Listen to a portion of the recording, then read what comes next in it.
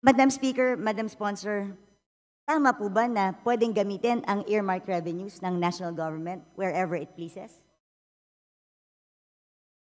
Yun ang practice po ng natin.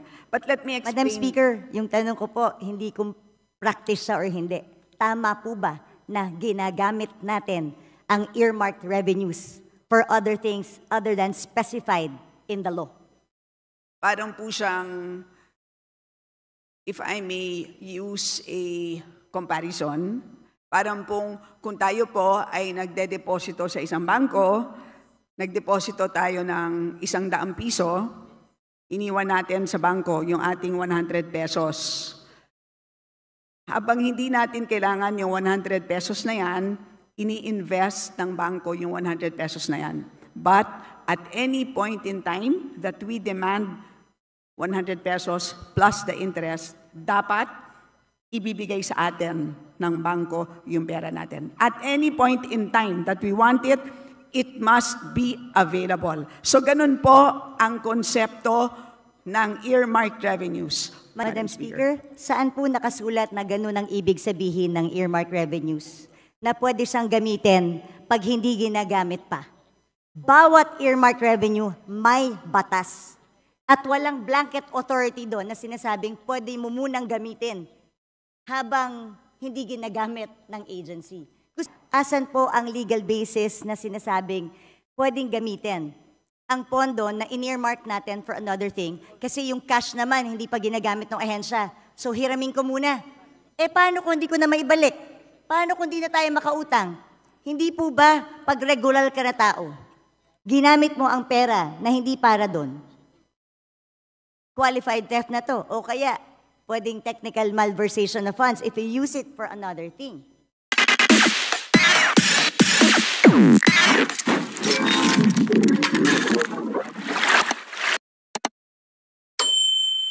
Thank you, Madam Speaker.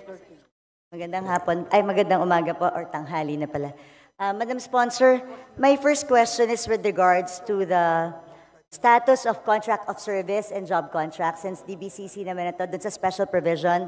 Madam Sponsor, yung regarding din sa inquiry ko before on solo parents, because on our law, sabi, they are entitled. Kahit job contract sila, job order or contract of service sila, they are entitled to the 7-day leave. So I think this is an opportunity. Pwede bang isama natin sa special provision para i-clarify sa lahat ng agencies that they are qualified for the parental leave of 7 days.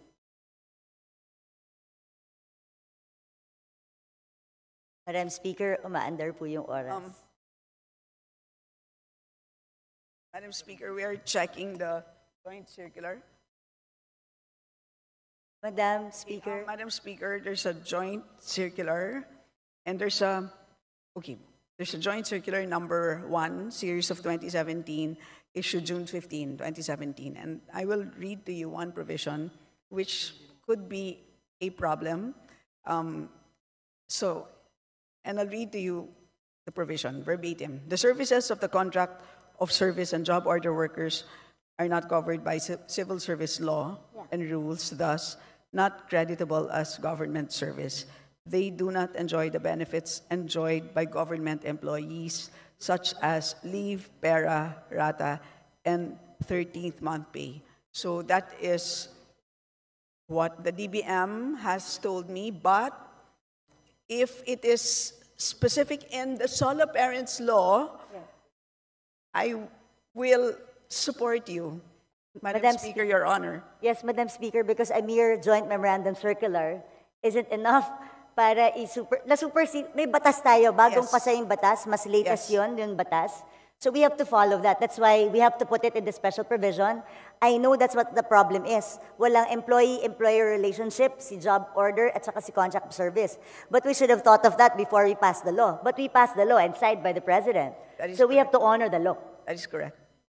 I tend to agree with you. So definitely, hindi tayo papayag na a joint circular will trump the law. So paglalaban po natin yan, Madam Speaker. I will submit a proposal for a special provision so that all agencies, national government agencies, recognizes this. Even the DOJ during the IRR acknowledges, kasama sa batas siya eh. So dapat i-implement po natin para sa mga solo parents na job order and contract of service. Sige po, Madam Speaker.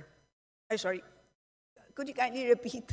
Yes, no, I will submit a special provision para to correct lang at magkaroon ng mandate yung mga departments to actually allow the solo parents na job order and contract of service. Pinasa natin yung batas eh, so I have to honor it. Do I have to read the special provision, Madam Speaker? Yes, if I may. you can, to put it Yeah. on record, Madam Speaker. Granting parental leave benefits to solo parents working in the government under job order or contract of service, pursuant to Section 7 of Republic Act Number 8972 as amended by Republic Act Number 11861, otherwise known as the Expanded Solo Parents Welfare Act, a forfeitable and non-cumulative parental leave of not more than 7 working days with pay every year shall be granted to any solo parent employee regardless of employment status who has rendered service or at least 6 months. This shall apply to those who are working in the public sector under job order or contract of service. Thank you, Madam Chair. Madam Speaker. Next question. So overall savings, I just noticed na after 2015, hindi na nagkaroon ng reporting. Then bumalik siya noong 2020 and 2021. Then afterwards, no more reporting again as to the overall savings of each department.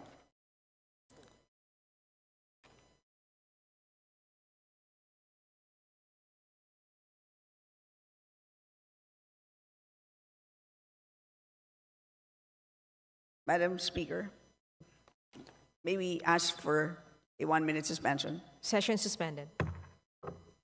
Session resumed. Please proceed. Madam Speaker, Your Honor, as you know, the meaning of savings is now different. Today, it now refers to balances of any released appropriations which have not been obligated as a result of any of the following: A, completion, final discontinuance, abandonment of a program, or B, implementation of measures resulting in improved systems and efficiencies, etc. So today, in other words, hindi na siya kinocompute for all. Yun na ngayon ang practice ng DBM. So if there is a number that you have in mind, for example, do you wish to know unutilized appropriations for the entire government? Is that what you wish to know? Madam Speaker, parang di naman po nagbabago yung definition ng overall savings. Yung savings naman talaga is, as you said, yun ang definition ng savings natin. At kaya nire-reflect yun kasi ito yung mga hindi nagagamit, like you said. And then nire-report kasi yun and it's being transferred to other agencies. Ang sa akin, I'm looking for repertorial. They have to report it to us, just like before. For example, ang overall savings natin in 2020 is 3.5 billion. That's why it's also significant And then for all those savings, nakalagay dyan kung saan tinransfer sa bawat agency. Pag sinabi mo kasing savings, transfers from each agency na transfer ang savings ng bawat isang ahensya, pupunta ngayon sa overall savings. And then yung overall savings, it's a transfer to.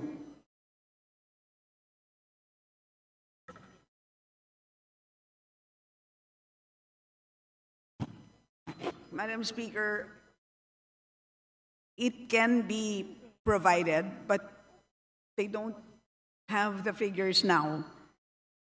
Madam Speaker, yun po yung point ko. Bakit nawawala yung report ng overall savings? Dapat nakikita po natin yon dito sa Kongreso kasi savings po yan na hindi na po alam ng Kongreso kung saan napupunta. And it's part of our obligation to know where these savings are. Saan nanggaling? Kasi that's where we see how efficient ang ating mga departments. So baka pwede pong isubmit sa atin today para makita po natin.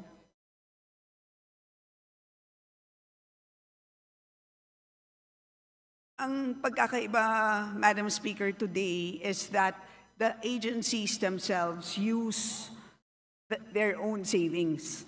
So, they can modify on their own. So, hindi katulad dati na nililipat sa ibang ahensya. And does this So, mean hindi siya nire-report sa... No, pero, yes. So, but as a result of that change in practice, kaya nagkaroon din sila ng ibang pagre-report. But tama po yung observation ninyo. And I think that is a very important point. Hindi naman dahil nag-iba ng practice ay nawalan na sila ng responsibilidad na mag-report. So, because of that, they will submit the report on savings. They will provide the report as, okay, but henceforth, they will include include it in the BSF moving forward. But you will submit within the week to the Committee on Appropriations, and we will copy furnish all members. Yes, please, Madam Speaker, kasi napaka-importante po na alam natin how efficiently they're using. Napakadaling mag-declare ng savings kung bibigyan natin ng blanket authority ang departments to use the savings and use it whenever they want or augment something without passing through Congress. E di, i-bloat na lang palagi yung bidding, yung ABC. Tapos magdadive. You know, this is not acceptable, should not be acceptable to us. That's why we need those reports. Kaya sana po, within the week, or sana nga within the day or hanggang tomorrow para naman po mapag-aralan, Madam Speaker. Anyway, my next question refers to, dito na ako sa, alam naman ni Madam Sponsor ito, yung tungkol sa earmarked revenues. Madam Speaker, sa pagkakaintindi, can you define earmarked revenues through you, Madam Speaker? Earmarked revenues, Madam Speaker, are identified revenues required by law to be used for designated activities, benefits, or purposes which can be either classified as use of income or special account in the general fund or SAGF. Nung pong nag-interpolate tayo, sinabi po sa akin that the cash isn't available because the cash is being used. Madam Speaker, Madam Sponsor, tama po ba na pwedeng gamitin ang earmarked revenues ng national government wherever it pleases? Yun ang practice po ng natin. But let me explain. Madam Speaker, yung tanong ko po, hindi kung practice siya or hindi. Tama po ba na ginagamit natin ang earmarked revenues for other things other than specified in the law?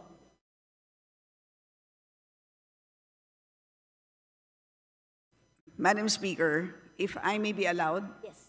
parang po siyang, if I may use a comparison, parang pong kung tayo po ay nagde-deposito sa isang bangko, nagdeposito tayo ng 100 piso, iniwan natin sa bangko yung ating 100 pesos.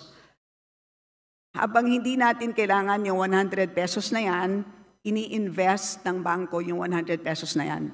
But at any point in time that we demand 100 pesos plus the interest, dapat ibibigay sa atin ng bangko yung pera natin. At any point in time that we want it, it must be available. So ganun po ang konsepto ng earmarked revenues. Congress earmarks a certain portion, kinokolekta ng ahensya ang revenue, dinedeposito sa treasurer, habang hindi ginagamit ang cash, gagamitin muna ang cash sa pagpapatakbo ng buong government kasi po ang pangongolekta ng buwis hindi naman po January 1. Meron na tayong buwis. Paano natin babayaran ang sweldo ng ating mga page, ang sweldo ng mga government employees? Wala po tayong ibabayad sa inyo na sweldo kung hindi natin gagamitin ang cash na yan.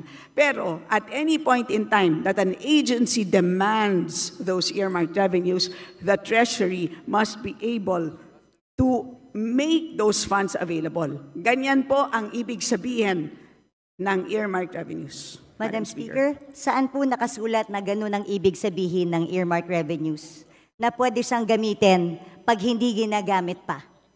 Kasi malinaw naman po, earmarked accounts and funds are not, the legal basis of an earmark revenue could be a law, a presidential decree, or international agreement. Bawat earmark revenue may batas. At walang blanket authority doon na sinasabing pwede mo munang gamitin habang hindi ginagamit ng agency. Gusto ko lang po makahanap ng legal basis mula umpisa.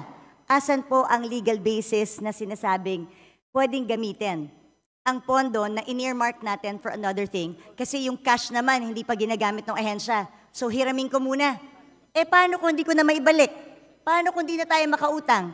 Hindi po ba pag regular ka na tao, ginamit mo ang pera na hindi para doon? Qualified theft na to. O kaya, pwedeng technical malversation of funds if you use it for another thing.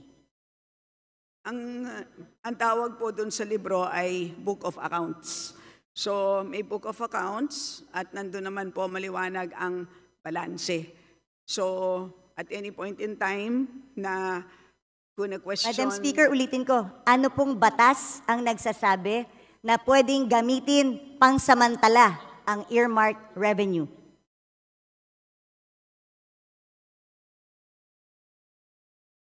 So, hindi po ginagamit ang revenue. Maliwanag po yun. Yung pera, Madam Speaker. Saan po sinasabing batas na yung cash na nakolekta ng isang collecting agency para sa isang bagay na naka-earmark? Kaya po tayo nagpasa ng batas sa Kongreso. Gusto ko itong SUF para lamang sa free wifi. O meron na siyang 24 billion na cash na nakadeposito. Pero sabi nga, yung cash na to nawawala na kasi ginagamit siya habang hindi pa ginagamit ng free wifi. Hindi ko po talaga masettle sa utak ko kung paano pwedeng, kung ano, yun lang naman tinatanong ko, ano po bang batas ang nagsasabi? Yung cash na para sa free wifi, pwede munang hiramin ng national government para gastusin sa ibang bagay nang hindi nagpapaalam sa tamang or walang proper documentation. Madam Speaker, una sa lahat, napag-usapan na natin ito at maliwanag naman na at any point in time na kailangan na ng DICT ng additional funds para sa free wifi, they may request. Madam Speaker. Maliwanag po yun at katulad din doon Madam sa Speaker, fire trucks. So lahat po yun ay pwede.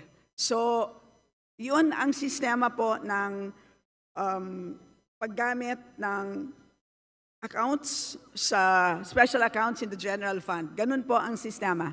Pero kung meron pong legal question ang ating kagalang-galang na B.H. Herrera, nandito naman po ang DOJ, Judiciary, pwede po siyang magtanong ng legal opinion, ng opinion mula sa DOJ because that is really beyond us. Hindi po ako hindi po kami makakapagbigay ng isang legal opinion. Yun ay pwedeng hingin sa DOJ, Madam Speaker. Madam Speaker, Your Honor. we are the power of the purse here. Tayo po ang nagpasa ng batas.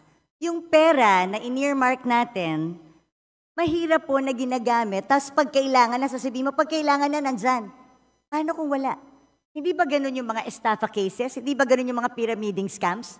Na pagka umutang ka ng pera, for such a, di ba, tapos biglang pagkailangan na, hindi mo na makuha.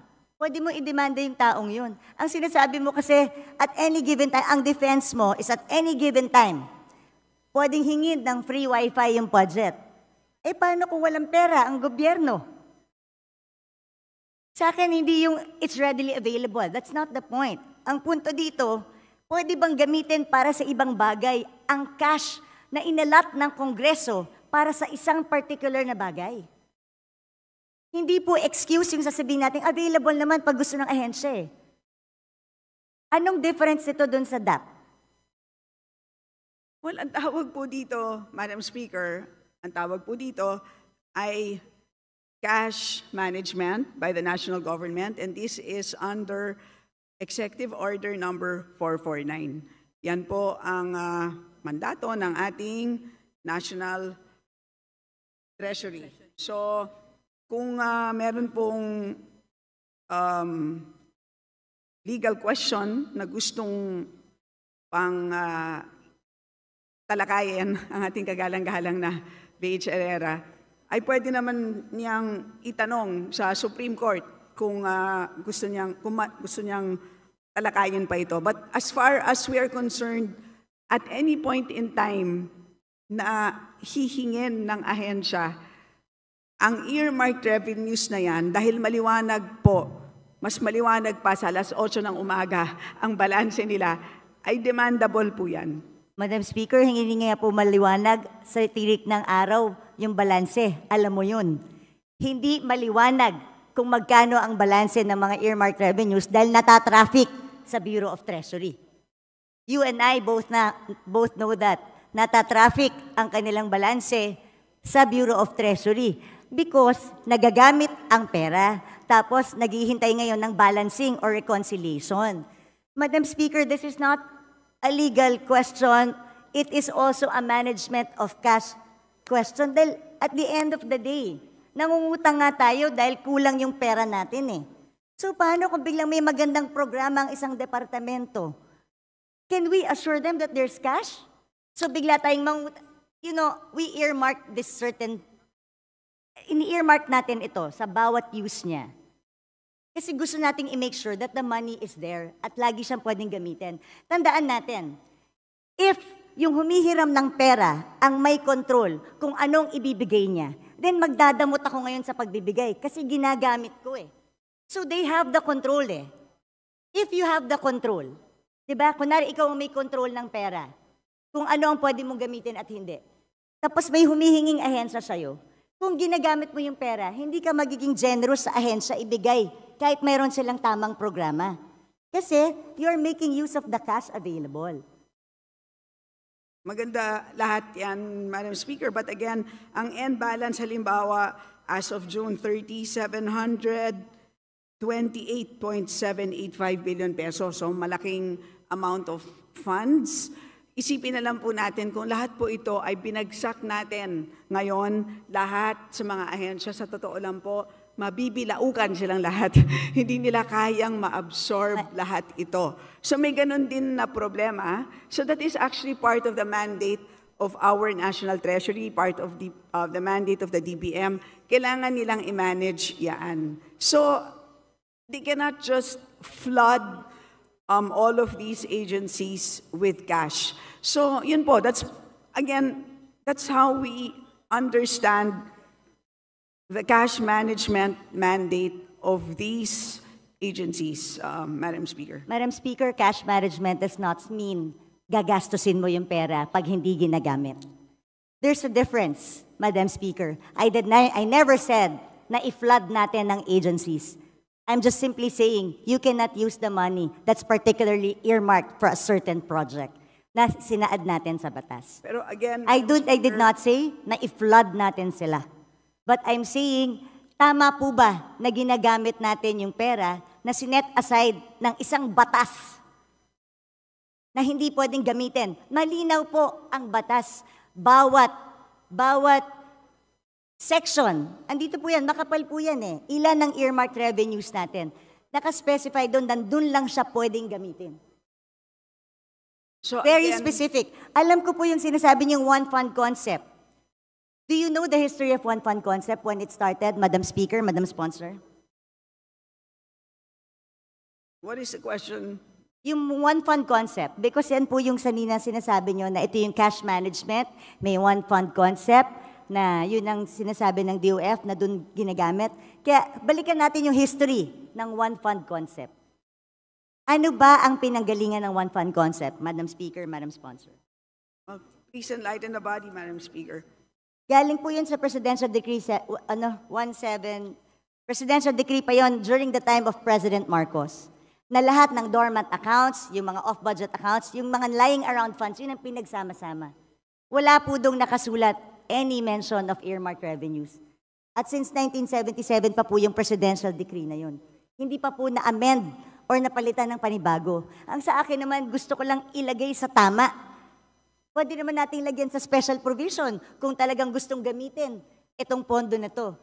Pero ang tanong ko, hindi ba dapat natin malaman sa Kongreso kung saan, kailan hiniram yung 700 billion. Kunwari may 700 billion. Anong portion ng 700 billion ang hiniram? Hiniram para sa anong bagay? Tama ba na walang report sa atin na hiniram yung perang to? Tama ba na hindi nag-report sa agency? Kunwari, ako si DICT. Ang alam ko, meron akong 24 billion. Tama ba na hindi magpapaalam sa kanila? Pwede bang hiramin namin ang cash na ito para magamit namin sa ibang bagay? So, Madam Speaker, again, babalik po ako dun sa aking analogy earlier. Ang bangko niyo po ba, tuwing ini-invest yung 100 piso na dineposito ninyo, ay tinatawagan ba kayo para Ay, magpaalam Madam i-invest? Speaker, kung ako po ay hindi nag-authorize, pwede ko pong sabihin sa bangko, huwag niyong galawin itong certain portion na to. Because tandaan nyo, hindi mo pwedeng i-relate sa bangko to. Batas ito.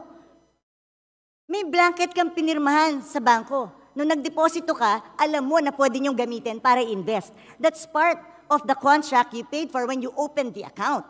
Pero ito, batas ito na pinasa natin na earmark ang certain fund for a certain thing. Wala tayong authority na binigay doon sa ating batas o habang may cash, habang hindi ginagamit, pwede niyong gamitin, national government, kung saan niyo gusto. Pag kinapos tayo, gamitin niyo na. O basta siguraduhin niyo, pagkakailangan ko na, ibalik niyo sa akin. But again, Madam Speaker, what is important is the balance. Paglilinaw lang po kung ano ang balanse ng bawat fund ay intact po yan. Napakahuhusay po ng ating mga empleyado sa ating treasury. Complete po yan. So lahat po ng mga dinadagdag po dyan, lahat ng binabawas, intact po ang balances. Nagkaka-issue lang po because we have a ceiling at every point in time. Today, ang hinaharap natin na ceiling is 6.352 trillion pesos. Can you imagine, kung pinasok po natin itong 728 billion, mauubos yung 6.3 ng 728 billion ng in-earmark ng Kongreso. So paano po yung mga programa na gustong ipatupad ng ating national government? Yun ang mangyayari dito. How will our national government function kung lahat po ng ating earmarked revenues ay pinasok natin lahat doon Madam Speaker. sa ating total budget ceiling? So yun po ang napakahirap na trabaho ng ating DBM or DBCC. So yun ang naging, ang ganda nga ng konsepto, di ba, ng cash management.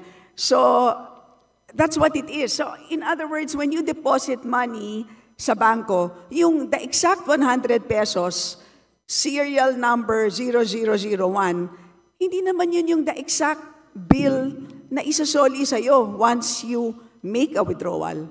Diba? Ang usapan lang natin ay nagde-deposit ako ng 100, at any point in time, you are entitled to 100 pesos, any serial amount, any serial number, plus interest. Diba? Yun naman po ang binabantayan natin. Madam It's the Speaker. same concept that we are using for cash management under the National Treasury, Madam Speaker. Madam And to Speaker, remind so you, with the same, Herrera, that you have 3 more Madam minutes. Speaker, with the same concept, paano yung mga nagsarang bangko?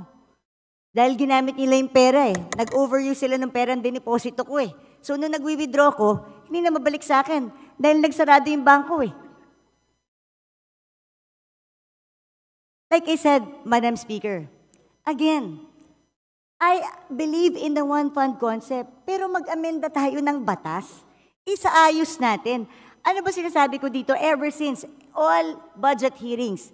Sayang ang mga pondo sa earmark revenues, sayang ang mga pondo sa off-budget, sayang ang mga dormant accounts. Ilagay natin sa one fund concept, I agree. Pero let's pass a law. Let's amend the PD. Let's amend the presidential decree or magpasa tayo ng batas dito sa Kongreso if we really want to allow that. Yun lang po yung aking palaging sinasabi kasi right now, and mag-report sila sa atin sa Kongreso kung saan nila ginamit at kailan na hiniram yung pera. Madam Speaker, hindi na natin alam saan napunta yung pera na ginamit na yun. Oo, nandyan. Pero nung hiniram nila, para kang nagsabi sa any empleyado, ito petty cash natin sa opisina. So ibig sabihin, kung meron akong petty cash dito sa opisina, Kung merong mga ilangan sandali, ay hiramin ko lang sandali, ibabalik ko naman eh. Pag nabuko mo yung empleyado mo, is it acceptable? Kung kunwari, nagbigay ka ng pera specific sa iyong staff, para dyan lang yan. Tapos siniram ng staff mo, hiramin ko lang naman eh, ibabalik ko rin ha. Is that okay? Does it make it okay? Madam Speaker, it is not the same situation. That is, I stand by my position that accounting-wise po, hindi naman ginagastos ang earmark revenue as long as hindi programmed. Intact po ang balances ng ating earmark revenues. Cash-wise, ay fungible naman po siya. So, yun po ang sistema ng cash management. Kung may problema po ang ating kagalang-galang na BH Herrera, again, of course, she's free to file a resolution, file an inquiry, file or solicit an opinion from the DOJ. So, Madam Speaker, paano nga pag hindi na ibalik? Paano kung walang pera yung gobyerno? What happens now? Because ginamit natin for other things, pinambayad natin ng utang. Is that your last question, the Honorable Herrera? Well, I would like to put this on record dahil meron One pa more naman pong minute. second round. While the earmark revenues may be pooled to the general fund under the one concept, the fact that these are not readily available cash resources but an obligation suggests a shift from the one fund concept to misappropriation. The remittance of the earmark revenues recorded in special accounts has merely become a means to circumvent the purpose of earmarking, allowing physical possession and access to these earmark revenues, which under the Republic Act is, like you said, 700. So, Madam Chair, Madam Speaker, Madam Sponsor, sa akin ilagay po natin sa tama. At mag-report po tayo. Marami po tayo. Pwede po natin lagyan ng special provision na i-report sa atin kailan nila hiniram ang pera. Because hindi ko po talaga matanggap na pwedeng gamitin po yung pera na in-earmark natin for a specific thing, kahit ba hinihiram lang ito sandali. Like I said, hindi ba to parang DAP that was declared unconstitutional by the Supreme Court? To the Honorable Stella, your final statement to the last queries of the Honorable Herrera. Yes, Madam Speaker, thank you for sharing your thoughts on the matter. I have exhausted my opinion on this. As I said, there's the DOJ, perhaps, who can weigh in on this, and the rest of the members on the matter. Majority Leader. Madam Speaker, basahin ko lang po itong Section 37 ng PD 1177. It states that even the presidential decree of the one fund concept does not even allow it. It says here, all monies appropriated for functions, activities, projects, and programs shall be available solely for specific purposes for which these are appropriated. Even the presidential decree na pinapapool lahat sa one fund concept, exception yung naka-appropriate for a specific thing. So, Madam Chair, Madam Speaker, I've exhausted my time. Meron pa namang ibang agencies, nandiyan pa yung DBM, DOJ. I'll just Again, continue. magkaiba po ang appropriation, which is an authority to spend, versus cash. Magkaiba po yun. That's my final statement. Madam Speaker, Thank you. well, anyway, susunod na po ako. Majority Leader. Madam Speaker.